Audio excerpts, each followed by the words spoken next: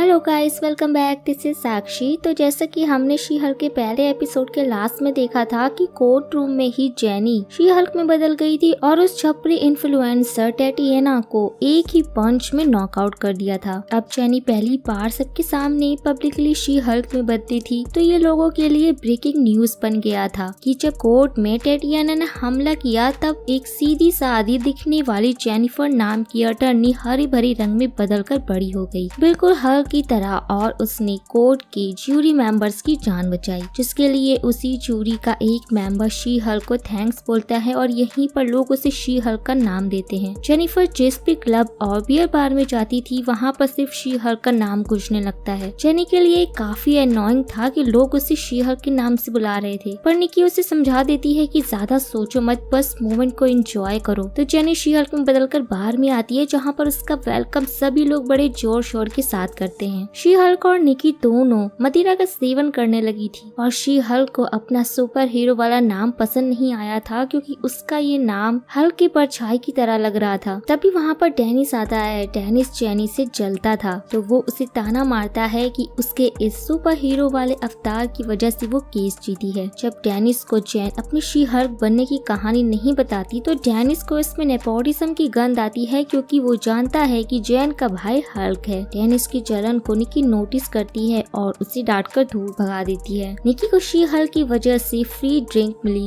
ये देखकर she Hulk और भड़क जाती है क्योंकि जेनी ने सालों मेहनत करके अपनी लॉ डिग्री को इसलिए हासिल नहीं किया था कि वो एक सुपर हीरो बनकर अपनी लाइफ की बैंड बजाए। उसके हिसाब से सुपर हीरो बनना बस बिलियनरी, जीनियस और अनाथ बच्चों का काम है। एक तरह से जेनी आयरन मैन, हल्क और कैप्टन अमेरिका की ले रही थी कि बिना किसी हेल्थ इंश्योरेंस, छुट्टी और सैलरी की वो एवेंजर्स का हिस्सा बनके खुद के पैर पर कुल्हाड़ी नहीं मारना चाहती थी। मैं सोच रही थी कि शी हल्क उनका मजाक उड़ा रही है, पर ये हमारे लिए मेटाफोर है कि बिना किसी फायदे के एवेंजर्स पूरी अर्थ की रक्षा करते हैं। पर निकी को शी हल्क काफी हॉट लगती है जो कि सच भी है। तभी वहाँ उनसे मिलने डीए ऑफिसर हेड आते हैं जो सबसे पहले शी हल्क को जेनिफर में बदलने को बोलते हैं। जेनिफर में ट्रांसफॉर्म होते ही जेनी को जबरदस्त वाला हैंगओवर होने लगता है क्योंकि पिछले एपिसोड में हमने देखा था कि हल्क बने रहने पर शराब का नशा उन पर नहीं होता, पर उसका असर उनकी ह्यूमन बॉडी पर होता है। अपने हैंगओवर को संभालते हुए जेनी अपने बॉस की बातें सुन रही थी। उसके बॉस उसे थैंक्स बोलते हैं क्योंकि शी हल्क ने उनकी जान भी बचाई थी और केस भी जीत गई थी। पर जीएल के एंड एज ने उनके केस को नाजायज केस घोषित कर दिया था, ये बोलकर कि शी हल्क ने जूरी की जान बचाई, इसलिए जूरी का फैसला उनके पक्ष में नहीं आया। देख रहे हो, भलाई का जमाना ही नहीं रहा है। एक तो जेनी ने उनकी जान बचाई, फिर भी उन्होंने घटिया रीजन देकर हरा दिया और जैन के साथ अब ऐसा हमेशा ही होता रहेगा, इसलिए उसके बॉस भी उसे जॉब से निकाल देते हैं। इसे बोलते हैं खाया पिया कुछ नहीं, ग्लास तोड़ा 12 आना। बेचारी जैन जॉब जाने के बाद कई सारे लॉ फर्म में अप्लाई करती है। डिग्री और टैलेंट होने के बाद भी उसे कोई भी अपॉर्चुनिटी तक नहीं देता क्योंकि वो अपनी कंपनी में ऐसी वकील नहीं चाहते थे जिससे लोग हमेशा घूरते रहे। बीच में हल्क भैया भी अपनी छोटी बहन को कॉल करके उसके हाल चाल के बारे में पूछते हैं, पर जैन तो अपनी लाइफ को सही ट्रैक पर लाने में सुपर बिजी थी। जैन का भी मेंटल ब्रेकडाउन हो रहा था और वो तो कोई स्टार्टअप शुरू करने के प्लान में थी, पर उसकी बेस्ट फ्रेंड निकी हमेशा की तरह उसके साथ थी और उसे हौसला दे रही थी कि बहुत सारी कंपनी से जो उसे जॉब पर रख लेंगी। तभी जैन को फैमिली डिनर पर आने के लिए इन्विटेशन मिलता है। फैमिली डिनर यानी कि घर के सभी लोग साथ में खाना खाते हैं। हमारे इंडिया में तो ये नॉर्मल बात है क्योंकि हम रात का खाना अपने परिवार के साथ करते हैं, पर ऐसा बाहर नहीं होता। जैन के पास जॉब नहीं थी तो उसे डर था कि उसके अंकल आंटी उस पर ताना जरूर मारेंगे, इसलिए वो निकी को भी अपने साथ चलने को बोलती है। पर निकी की आज डेट थी इसलिए वो जैन के साथ डिनर पर नहीं जाती। रात में घर आने पर जैन के पेरेंट्स उसका अच्छे से वेलकम करते हैं। हम पहली नजर में ही गेस कर लेते हैं कि जैन और उसके फादर मॉरिस का रिलेशन बहुत अच्छा है। वेल तो जैन के पेरेंट्स ने सभी को वार्निंग दे दी थी कि जैन की जॉब के बारे में कोई बात नहीं करेगा। यहीं हम ब्रूस और जैन की तीसरे जीनियस कजन चैट से मिलते हैं जो जैन को देखते ही उससे पूछता है कि उसकी नौकरी क्यों चली गई। दरअसल चैट थोड़ा स्लो है, इसलिए मॉरिस के मना करने के बाद भी चैट ने जैन से वही सवाल किया जो उससे पूछने को मना किया गया था। वैसे चैट का प्रमोशन हुआ है, वो अब बेस्ट बिजी स्टोर का मैनेजर बन चुका है। भला हो उस स्टोर का जिसका मैनेजर ये नमूना है। फिर सब एक एक करके सुपर हीरो की बात करने लगते हैं। जैन की मॉम ने तो उसका फोन नंबर बच्चों को बांटना शुरू कर दिया था क्योंकि वो सबको बता रही थी कि उनकी बेटी भी एक सुपर हीरो है। वहीं पर सब हॉकी के तीरों के बारे में पूछ रहे थे कि तीर चलाने के बाद क्या हॉकी वापस से उन तीरों को इकट्ठा करता है। उनके अजीब अजीब सवालों से जैन बिल्कुल पक चुकी थी, इसलिए मॉरिस जैन को किचन में लेकर आते हैं, जहाँ पर वो जैन को समझाने लगते हैं क्योंकि जैन बहुत ही ज्यादा निराश थी। उसके हल्क बनने की वजह से उसका फ्यूचर बर्बाद हो रहा है और वो लोगों की नजर में गलत साबित हो रही है। मॉरिस उसे प्यार से समझाते हैं कि आखिर हल्क बनने वाली बात एक दिन सबके सामने आनी ही थी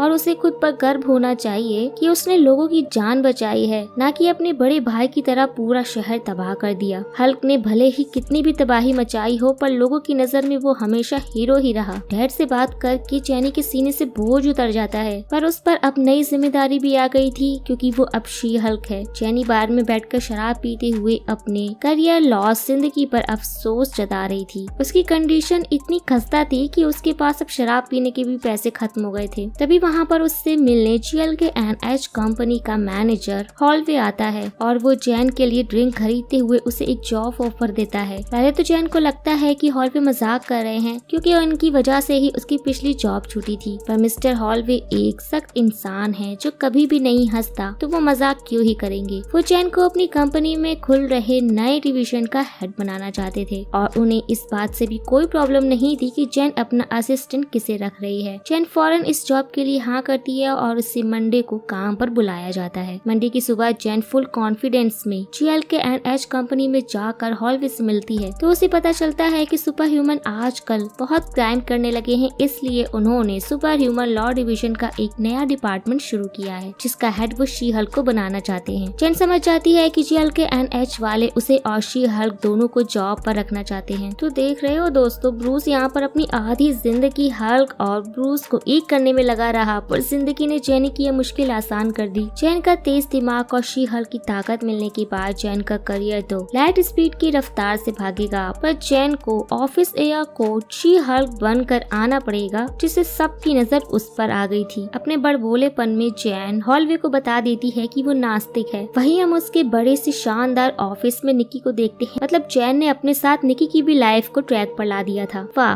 दोस्तों, तो जैन जैसी। निकी को इस बात से कोई फर्क नहीं पड़ता था कि कंपनी वालों ने जैन की जगह शी हल्क को अटॉर्नी रखा है, क्योंकि जैन उसे शी हल्क में ज्यादा अच्छी लगती थी। तभी वहाँ ऑन से मिलने कंपनी का एक एम्प्लॉय पग आता है जो शी हल्क के लिए वेलकम गिफ्ट लाया था, जिसमें उसने बिल्डिंग के ब्लूप्रिंट पर सबसे अच्छे टॉयलेट को मार्क किया था। ये पग अपने नाम की तरह ही अजीब था। इन सब नमूनों से मिलने के बाद जैन को मिस्टर हॉलवे से पता चलता है कि एमिल ब्लॉन्स्की को रिहा करवाना ही उनका पहला केस है। मैं आपको बता दूं कि एमिल का दूसरा नाम एबोमिनेशन है, और आपको तो पता ही है कि थानोस अंकल के पहले हल्क को टक्कर देने वाला सिर्फ एबोमिनेशन था, इसलिए एबोमिनेशन का केस सुनकर जैन के चेहरे का रंग उड़ गया था। पर हॉलवे के अनुसार जैन को ये केस लड़ना ही होगा, नहीं तो उसकी ये नौकरी भी चली जाएगी। एबोमिनेशन भी यही चाहता है कि उसका केस शी हल्क लड़े, तो हॉलवे की बात मानकर जैन को पिछले गिले शिकवे मिटाने पड़ते हैं और वो एमिल से मिलने के लिए जेल में जाती है, क्योंकि ये बहुत बड़ा हाई प्रोफाइल केस है। और गेस स्पॉट एबोमिनेशन को जिस जेल में बंद रखा गया था वो DODC वालों का है। देख रहे हो, DODC वाले हर जगह हैं। कार शी हल्क को रोक देता है, अंदर नहीं जाने देता, क्योंकि वो अंदर सिर्फ ह्यूमन के फॉर्म में ही जा सकती है। जैन के बदलने के बाद वो सिक्योरिटी गार्ड से मजाक करते हुए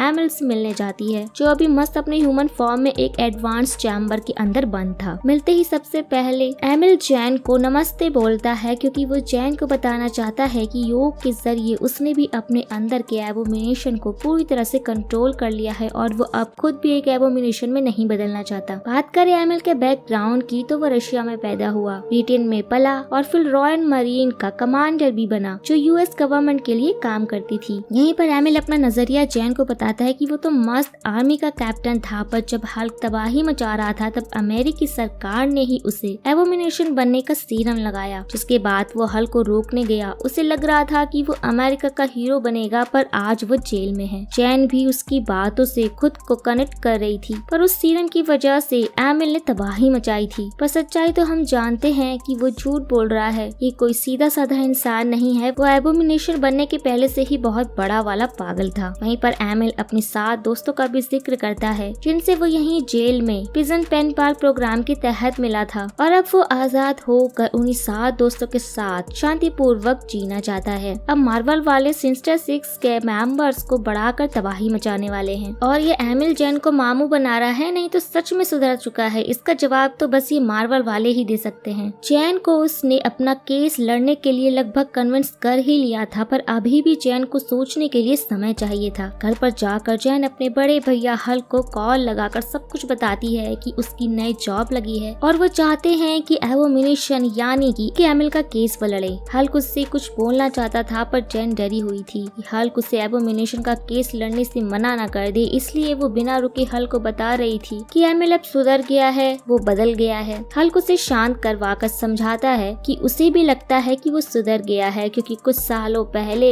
उसने उसे एक लेटर भेजा था जिसमें उसने हल्क से माफी मांगी थी और हल्क ने तो बहुत पहले ही एबोमिनेशन को माफ कर दिया था। हल्क को जब पता चलता है कि जैन को लोग शी हल्क बुलाते हैं तो वो खूब ठहाके लगाता है, क्योंकि वो ये सोच रहा था कि जैन खुद को जज के सामने खुद को She Hulk attorney at law बोलकर प्रेजेंट करेगी। जैन भी ये सोच कर हंसती है। वहीं पर हम हल्क को देखते हैं जो कि स्पेसशिप में बैठा आउटर स्पेस में कहीं जा रहा था। मतलब मार्वल वालों ने वॉल हल्क की नींव बिछानी शुरू कर दी। जैन हॉलवे को कॉल करके कंफर्म कर देती है कि वो एबोमिनेशन का केस लड़ेगी, पर लास्ट में वो न्यूज पर देखती है कि एक क्लिप वायरल हुई है जिसमें एबोमिनेशन एक रिंग में लड़ रहा था। ये सीन शांग-ची मूवी का है जिसमें वोंग एबोमिनेशन को डीओडीसी के जेल से भगाकर ले गया था। अब इस स्यापे को जैन कैसे संभालेगी ये हम आगे के एपिसोड में जानेंगे। लास्ट के एंड क्रेडिट सीन में हम शी हल्क को फैमिली डिनर वाली रात में कार को हवा में उठाए देखते हैं, क्योंकि उसके जीनियस भाई जेट ने कार का टायर पंचर कर दिया था और उसे टायर को बदलना भी नहीं आता है। वहीं हम शी हल्क को देखते हैं जिससे मॉरिस घर में पानी का कैन भरवा रहे थे। मतलब घर के अकेले बच्चे हो तो लोग तुमसे पानी भी भरवाएंगे, अब चाहे तुम्हारे पास हल्क जैसी पावर ही क्यों ना हो। मार्वल का हमें सरप्राइज करना लोग अब भूल चुके हैं, पर मुझे यकीन है कि शी हल्क में डेयरडेविल के साथ और भी बहुत सारी चीजें होंगी जो हमें बहुत सरप्राइज करेंगी। सो बिग सरप्राइज के लिए वेट करो दोस्तों, बिकॉज मार्वल नेवर डिसअपॉइंटेड अस। अब तक के लिए बस इतना ही, मिलते हैं इसके थर्ड एपिसोड में। सो गाइस हमें कमेंट करके जरूर बताएं कि आपको ये एपिसोड कैसा लगा। तो वीडियो को लाइक कमेंट शेयर करना बिल्कुल भी मत भूलिएगा। अब मिलते हैं नेक्स्ट एपिसोड में, तब तक के लिए take care and tata bye bye.